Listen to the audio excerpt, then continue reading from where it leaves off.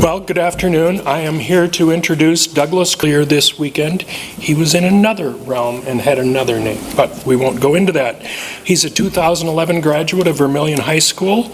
He's a 2015 graduate of Columbia University. He currently works for Ballotpedia, but this presentation is more the work of our joint work together that we presented at the Center for Western Studies. After looking at a variety of attempts to limit ballot measures, we discovered there appears to be a somewhat systematic effort, but may not be systematic at all. We both suffer a little bit of confirmation bias in this particular realm. I also want to explain that what he's talking about will be titled the legislative efforts to limit citizen initiatives, and the subtitle would be Unloading the Gun Behind the Door. And that particular phrase comes from the efforts to put the initiative and referendum in our state's constitution in the early to mid 1890s. The view is that the legislature was unresponsive and owned by Chicago and Minneapolis banks, and therefore the cause of much of the corruption that had affected territorial legislators, and they did not believe that the legislators were following the wishes of the people. On the other hand, they kept electing them. So there's a little bit of a yin and yang here.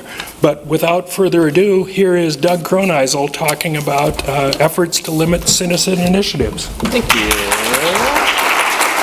Now, I know I can plug this in somewhere to get it to display properly, because I've done it before, but I probably should have come up here and done it a little bit sooner than right now. Aha! Am I able to plug my HDMI to make it go up here? The connector that it's going to the projector with is very old. Oh, so it might not even be HDMI. Yeah, it's well, actually, now it's on an adapter, so it's a display port. Would your laptop have a display port? It's got that bad boy right there. Okay. Well, I do have good news. Do you have a PowerPoint? Yes. Oh, I can If you can copy it onto that, I'll put it on here. Here we go.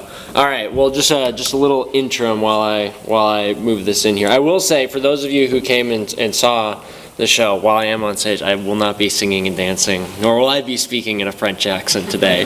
This might be a little less, I guess, flashy, but still pretty interesting, I think.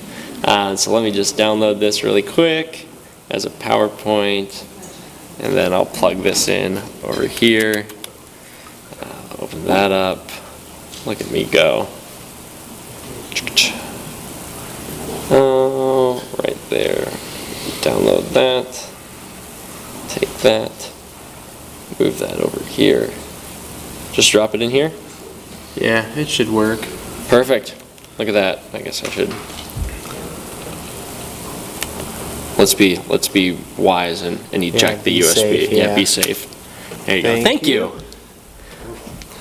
But to get started and to jump into this as this gets as we plug this up onto the screen. Yeah, as a note, this is a presentation that we gave earlier this year at a conference up in Sioux Falls, and so kind of you've got some handouts on your tables right now. There's a front side and a back side. The front side is a historical background, and that's what I want to kind of touch on first. Is sort of like, what is direct democracy in South Dakota, and what's the history of direct democracy in South Dakota? So in South Dakota, we got two methods of direct democracy where you'll see measures on the ballot. One is the citizen-initiated process. That's where people go out and gather signatures to put things onto the ballot, citizens, voters participating. That's initiated measures, constitutional amendments, we can call conventions, and then veto referendums where we refer a piece of legislation that the legislature has passed. And then there's legislatively referred measures that can appear on the ballot. So if the legislature ever wants to amend the Constitution, that has to go onto the ballot. State statutes can also be referred to the ballot, though we've never never done that. And then advisory questions can also. So there's two kind of paths by which you'll see a bunch of text on your ballot. Either people are putting it there as the voters, or people are putting it there as legislators. A little bit of background, the history, the citizen initiative wasn't introduced until 1898, that was this one? So 1890, there was obviously the legislative process had referrals on the ballot, but then citizen initiative was added in 1898, and a fun piece of history that we ran into, because one thing that I hear sometimes when I'm talking about ballot measures and direct democracy is that we're not a democracy, we're a republic, which is true, but if you look at the stats, we've had direct democracy at least somewhere in the United States for over half of our nation's history at this point. So it's been 126 years. This has been a process of governing that's been present in our country, and we were the first to bring it out at a statewide level. Right now, the power of the initiative process, as far as citizen initiatives go, is in Article 3, Section 1 of the state constitution. This is the same part of the constitution that establishes the legislative branch. So in the same breath at which the legislative branch is being created, the Constitution also creates the initiative process. So they're kind of two pieces of one legislative branch. You've got the legislators who go out to peer, that piece of the legislative branch, which is the part that people probably most readily recognize, because that's what we think of when we think of legislators. But in South Dakota, the citizen initiative process is also a piece of that legislative branch in the Constitution. When it comes to the tool of direct democracy in kind of broader sense, not just in South Dakota, but nationwide, it's typically used, like Mike was saying, the gun behind the door. The analogy there being when a party out of power, or when a group out of power, an interested group who doesn't feel like they're being represented, wants to express themselves, that's the gun behind the door analogy. And we've seen it from both sides of ideology. You see it in California in the 78 with the property tax, Prop 13. In Washington, which has been kind of a Democratic trifecta for many decades at this point, they introduced affirmative action, or banning affirmative action in 1998, and then more recently we've seen ballot measures in more conservative states regarding abortion access. So you see, like, you might have some group in power at the state level, but then there might be some ideas that the populace wants or doesn't want, and then that's where the direct democracy, where the initiative process comes into play. Kind of on that little sheet of paper on that front end, you can see the history of initiatives in South Dakota. Since 1890, there have been 128 citizen-initiated measures and 238 legislatively referred measures placed on the ballot. I think we crunched the numbers, and the legislatively referred measures have like a clean 50-50, like 50% of them have passed, 50% of them have failed at this point. I forget the stats for the citizen initiatives, but as you can see, there are peaks and troughs, and we're going to go through some of the eras in our state's history leading up to the present, and that all kind of starts with the initial era, which, like I mentioned, 1890. At this point, we didn't really there couldn't be citizen initiative, so it was all legislatively referred measures. The first citizen initiative didn't actually come around until 1908 was the first time any citizen-initiated things appeared on the ballot. So about 10 years after that power was created, it was used for the first time. But for those first initial years, it was all legislative measures on the ballot. Then we entered the progressive era. This is where you get like the cement plant, state ownership of all sorts of things. There was a lot of activity at this point in time. 26% of all the initiatives, citizen initiatives that have ever happened in South Dakota happened between 1908 and 1924. And then you can see we enter a doldrum, a period where there was not a lot of citizen initiative activity for about 50 years or so. There were only 23 citizen initiatives from 1926 to 1970. Most of those were veto referendums, so referred laws. There are actually only 7 initiatives and 16 veto referendums. So a downturn there. And then we enter the reorganization era with the Constitutional Revision Commission. Not a lot of citizen initiative activity there, but a lot of very big legislatively referred measures appearing on the ballot.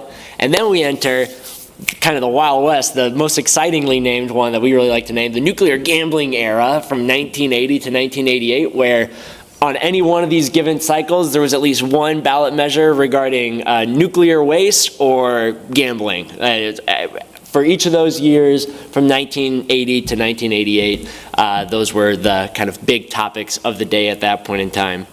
And then in 1990, this is when we transitioned from indirect initiatives to direct initiatives, which it's how we got to where we are now. So where we are now is if we pass an initiated measure, it goes into effect at a certain point in time in the future. And so that change happened in 1990. In 1988, we approved that change, and then we entered this period from 1990 to 2004, and then the period that we're going to be focusing on right now, the unloading the gun era. And you can notice some very conspicuous peaks there in 2006 and 2016. Those were they're tied for the most citizen initiatives ever to appear on the ballot at just under 10. I think it was 9 citizen initiatives on the ballot in 2006 and 9 in 2016. And so this is, we enter a big peak here. So the last 18 years, we've similarly seen a little over a quarter of all citizen initiatives in our state's history have been on the ballot in very, very recent history. And so we wanted to we saw that peak, and we're like, all right, so what else has been happening at that point in time? Well, Ballotpedia, and this was not a study that I was involved with, but a different team was involved with, but they went through 2018 to 2023, so a little bit more of a limited time span, and they were trying to see legislation introduced around the country that would make the initiative process more difficult. South Dakota was at the forefront of that with 10 by the standards of that study. And so, we've got this kind of peak of legislation and this peak of activity, and we want to just kind of see why is it that is happening at this point in time. And what we saw was that these peaks with like 9 measures on the ballot were typically followed by little spikes in legislation addressing the initiative process. So you can see here in 2006 with the 9 measures. After that, in 2007, the legislative session, there was a little uptick in measures affecting the initiative process. Kind of went down, dipped around, then 2016 comes around, and then we hit 12 measures introduced in 2017, and then a huge spike up to 25 different measures introduced in 2018. So you've got this increase in initiatives and then this increase in legislation affecting the initiative process. So the process is being used more, and now it's being regulated more as well. But this only paints part of the picture. You kind of have to look, because there have been like peaks. There was that huge chunk down there in the 20s, and there are like relatively high levels of activity as well. One other thing that's missing from this view right here is the content of those initiatives. So, I mean, we had things like the nuclear compacts, those were the things that were on the ballot, items like that, video lottery. There are things that kind of split along partisan lines, not super clearly. You'd have interest groups on one side or the other. But starting in 2006, you start to see far more kind of conspicuously and clearly ideologically focused measures appearing on the ballot. In 2006, we had marijuana and abortion were both measures that were on the ballot. In 2008, abortion was on the ballot again. In 2010, marijuana was on the ballot again. In 2014, I forget what the W stands for, but it was something, and it appears on the ballot. We did this presentation back in February or March or something like that. But then in 2016, it was minimum wage. That's what it was. It was minimum wage. Yep, yeah, so minimum wage in 2014. And then 2016, we had ethics with the IM22. 2018, ethics was back again. In 2020, marijuana was on the ballot twice, and so I'm going to make it spin around twice. It passed twice. And then 2022, marijuana, Medicaid expansion, and now 2024, marijuana, abortion as well, kind of poised to be back on the ballot again or making their way down that path. So with all of these, so you can see like these are topics that very clearly break along partisan lines in a way that some other issues that may have been big focuses of ballot measure campaigns in the past necessarily weren't. So that was another aspect of this recent history, was that you started to see a lot more polarizing topics appearing on the ballot through the initiative process.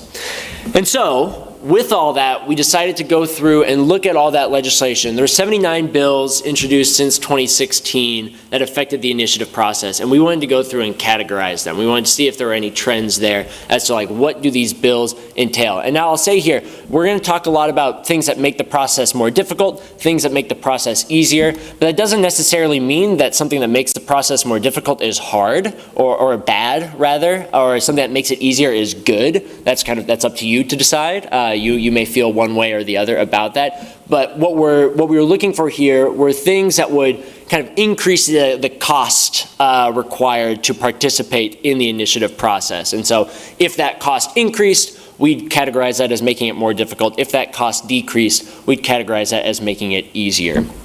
Some examples of things that might be more difficult, but you might think are good, are like campaign finance disclosures. That's if more campaign finance disclosures are put in ballot measure committees, that's harder to do. But you might say, well, I like having more campaign finance disclosure. So that's like a thing that makes it harder that I also think is good, or vice versa.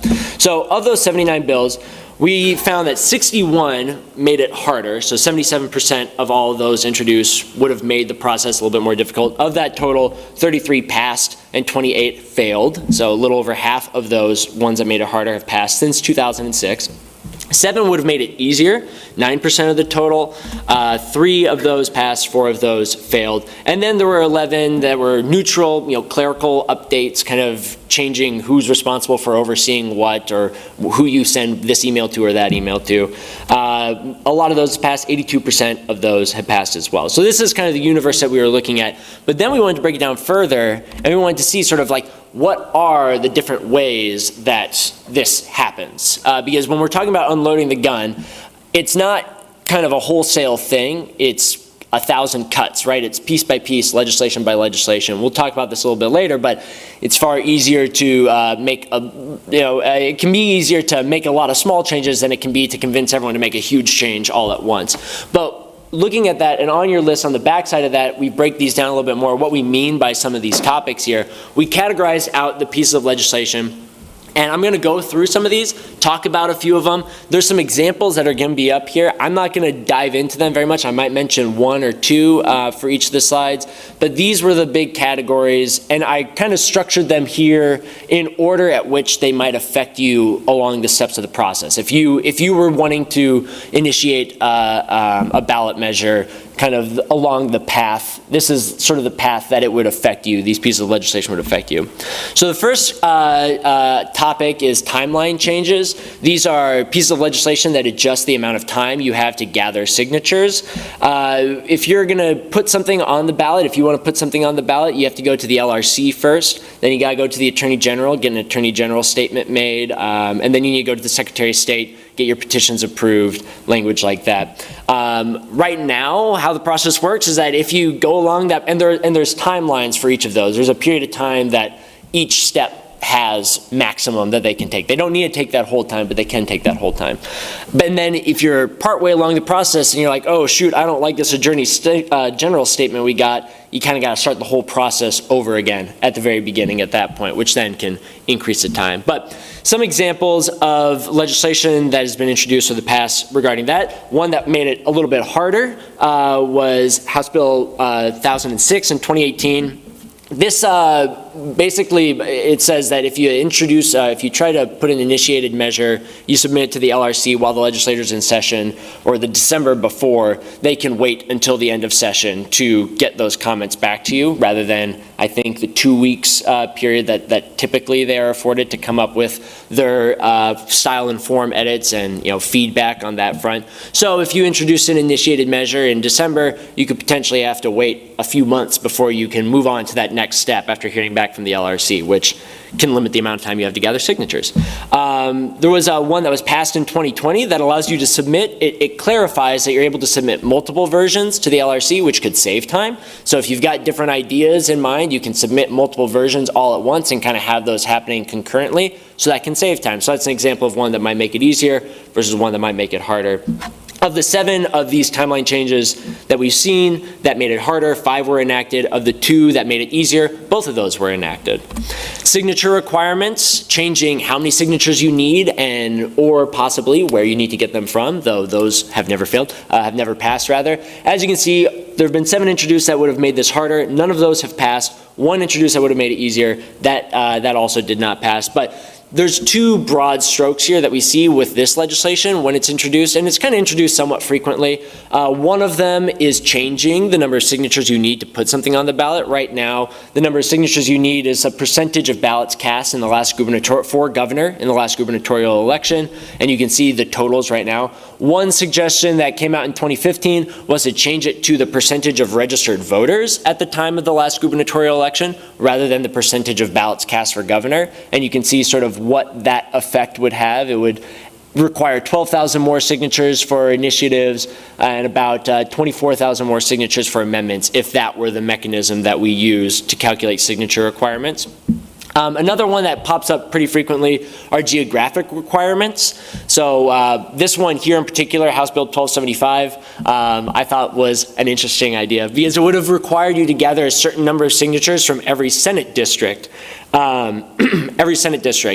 And what that would have meant is that when you fill out a petition, you'd need to know the Senate district you live in so that you could write that on your petition sheet so it could be sure that you are from this Senate district versus that Senate district, which might get a little confusing if you lived in Sioux Falls around redistricting time when all the district lines change. But there have been a few of those introduced, 5 that set up these geographic signature requirements. None of those have passed at this point in time, but they've been introduced a few times since 2006.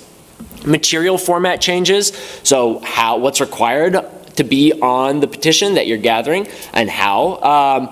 You've got the petition sheets where if you've signed a petition, you'll see that there's like a title, there's an explanation, there's an oath, there's instructions to the signer. There's a lot of stuff that has to be on that sheet or else it's invalid, and that takes up a lot of room on an 8.5 by 11 inch sheet of printer paper. But the more things that are added, required to be on the petition sheet, the harder it can be. You might get to a point where you can actually only gather 5 signatures per sheet of paper if you're printing it out on a printer paper. That's why a lot of the times we end up seeing these petition sheets that kind of unfold in weird, unruly ways because they're required to have a lot of text on those sheets of paper. And one of those examples that made it a little bit harder was passed in 2021, which requires all the text on the petition sheet to be 14-point font, which now you've got a lot of required text that also must be 14-point font, which takes up more room. One that would have made it easier but did not pass, it came very close to passing, but one that did not pass in 2018 would have allowed you, the biggest chunk of text on the petition sheet is you have to have the full text of the measure on the sheet. And if you're doing something big like legalizing marijuana or like introducing legislation and regulations and things like that, can take up a lot of room. That proposal would have made it so that rather than needing to have it on the petition sheet, you would just need to have the text of the measure handy to provide to someone if they wanted to see it. That did not pass. So you still have to have the full text of the measure. So that would have made it easier had that passed. But yeah, so anything that kind of requires the materials that you kind of have to put on there. Because imagine this, you're a grassroots, you're a volunteer organization trying to utilize the initiative process. It can cost a lot, if you're not able to fit it on a printer sheet of paper, you got to go find a professional printer to print out all your petition sheets, which costs more money, requires more coordination with the people who are gathering the signatures for you, and tends to make people upset. People don't like the big petition sheets. I don't like the big petition sheets either because I don't like having to carry them around and print them. But there are different ways that we could take some text off of there, add some text to that one way or the other. But of the 7 that would have made it harder, 6 have been enacted since 2006. That one that would have made it easier obviously did not pass. Circulator restrictions are another item. Who can circulate petitions? What's required of them? We've had attempts to ban paid circulators. Right now you can have a volunteer circulator or a paid circulator.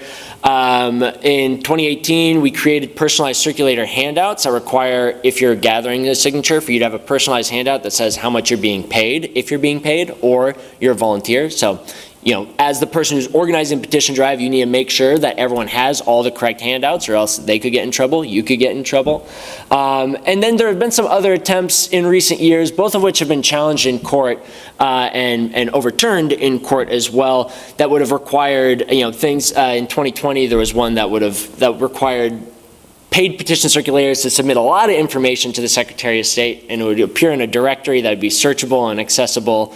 I think it was things like if you have a library card in South Dakota, if you have a hunting license in South Dakota, your last 3 addresses that you've lived in and whether or not they're in South Dakota. So that was struck down in court. But items like that, the more requirements you put on who's able to gather signatures, the more that a person who's organizing a campaign needs to be on top of them. And one thing that I do like to point out here, and maybe it's a little tongue-in-cheek or a little facetious of me to point out, but a lot of these requirements that are subjected to initiative petition circulators are not subjected to people who are gathering signatures to run for office. So if you're trying to get someone to run for office as a person on the ballot, you typically don't have to adhere to all the rules that you have to adhere to if you're trying to just put a measure on the ballot. They're usually specified at initiatives. Campaign finance, that's another one that has popped up over the last few years. So more disclosure requirements, more reporting requirements. As I mentioned in my example earlier, you might think that's great, you might think that's not great, but 8 have been introduced, 4 have been enacted. A lot of these were kind of omnibus, so they might be dealing with they might be dealing with candidate campaigns and ballot measure campaigns all in the same piece of legislation. Some that were very specifically targeted to ballot measure campaigns. In 2018, there were some attempts to ban out-of-state donations to ballot measure campaigns. That failed in the legislature. We passed that on the ballot that year as an initiated measure, and then a federal court ruled that unconstitutional, banning out-of-state donations to ballot measure committees. Litigation vulnerability, this was the most interesting one in my opinion, because it's the one that's appeared the most and it's the one that's had the most activity. These are pieces of legislation that increase the likelihood or the possibility of your measure being challenged in court. Maybe that's with regards to signature verification. You might have heard of the recent court challenges to the abortion measure. Maybe it has to do with the post-election, as we saw with the single subject rules application, with the recreational marijuana amendment that was passed in 2020. Single subject rules in particular, these are kind of the main drivers of this type of legislation. House Bill 1007 applied that rule to initiatives.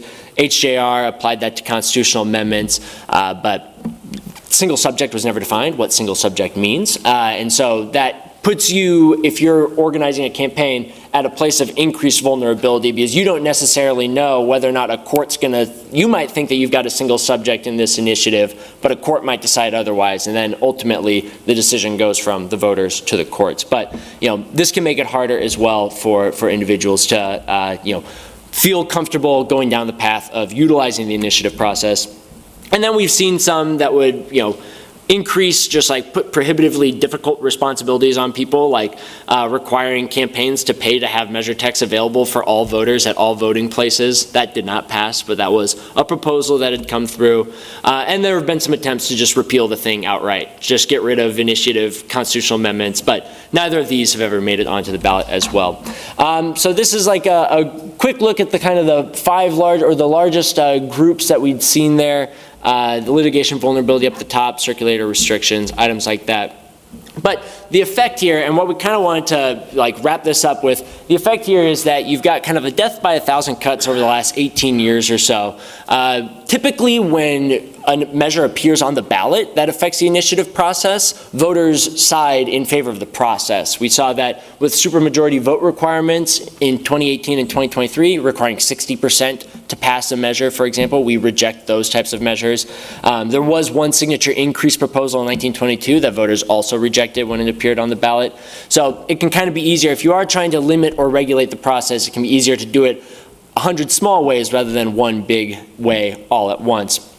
And the biggest thing that's a takeaway here, because like if you're listening to these conversations when they're happening in the State Affairs Committee meeting, a lot of the times you hear people saying there's too much money in ballot measures. There's all this big money is flooding South Dakota and it's getting into our ballot measure campaigns, and so we need to pass these laws. But then the catch-22 there is that by passing these laws, we're making the initiative process something that only groups with a lot of money can actually do, because they have the money to get those beach towel ballots printed. They have the money to hire all the attorneys they need when they need to go to court after the election to defend themselves against a single subject rule. They have the money to oversee all those paid circulators and things like that. So it's kind of like that dual coin. Like the more restrictions you place on the process, the less likely it is that a regular person could just kind of go out and get a bunch of like-minded citizens together and utilize the process. But, what are you supposed to do? Because if you leave the door wide open, then yeah, a lot of money could come in and affect the process. If you're looking for a solution, I don't have one for you. This is just me telling you something that we've been observing over the last few years. There isn't really a clear path forward. There's a lot of changes that have happened, as we've seen over the past 2 decades or so. A lot of the times it feels like the process is hard to advocate to make it easier. Some possible solutions: there was a task force a few years ago, another one of those, but with ballot measure sponsors. The last one didn't have any ballot measure sponsors on the task force, but we could include ballot measure sponsors or people who are involved with ballot measures in that task force. Creating a more collaborative petition process. So right now it's a black box. You send your stuff out to the Attorney General and the Secretary of State, and you hope you get something good in return. You can make it more collaborative. So you submit something, the Attorney General's office might say, you might suggest tweaking it to this, and then you could tweak it to that. And then the Secretary of State might say, I recommend doing this, and you could do that, and make it more of like a back and forth rather than this sort of like you shoot it off into the unknown and hope you get something good in return. Public hearings about initiatives as well, making those more pervasive and more standardized so that people can learn about what's on the ballot, or creating a process where voters have to approve future changes to the initiative process. If we want to increase the font size to 18 points on the petitions, like put that before the voters. Let the voters decide whether or not they actually think we need 18-point font on the petition sheets. And that's kind of our rosy, rose tinted glasses sort of attempt at what we might do to make the process more collaborative and more kind of useful to everybody in the state moving forward, as it was meant to be from the get-go. And I feel like I've been talking for quite a while. If there are any questions, I don't know that we got time for them, but I'd be happy to answer them for you. I can also hang out afterwards if you want to chat more as well. But we may have time for maybe 2 questions. Cool. Or maybe I just knocked it out of the park. Yeah. Question I have concern about this: if you want to do an initiative, do you have to have it across the state, or you can get all your signatures out of Sioux Falls? You could get all your signatures out of Sioux Falls. A lot of times people focus on Sioux Falls, Rapid City, the State Fair, Riverboat Days. Like when I've run campaigns, that's what I usually focus on, are places where there's a lot of people who are going to be outside. In Sioux Falls in particular, I like to focus on putting petition gatherers or encouraging people to go gather petitions near grocery stores with a lot of single family homes, because it's hard to get signatures from renters because their addresses change a lot and sometimes they might put the wrong one down. So a lot of times people will focus on those large population centers or those events that draw a lot of people together in one place.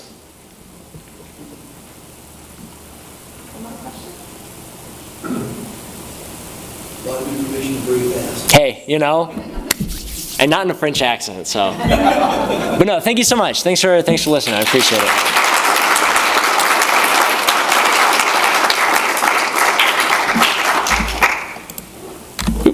Boop. Oh, I can't get this off your flash drive for you. There you go. Thank you. Thank you. Grab my laptop. What's your laptop? Don't want to leave that. All right, so thank you for that. That was really very interesting. Thanks to our guests today, Russ and Jeffrey and Beta. I'm glad to see you all here. If anybody has those homework pages I gave you from last week, I'm happy to take those. It's okay if you don't, but I'm happy to take those. Yeah, 50-50, so.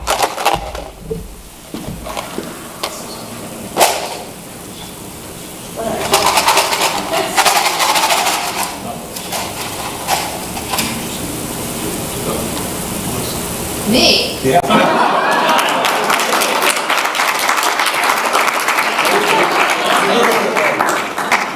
That's the first time I've ever won that. All right, so join us in our closing song.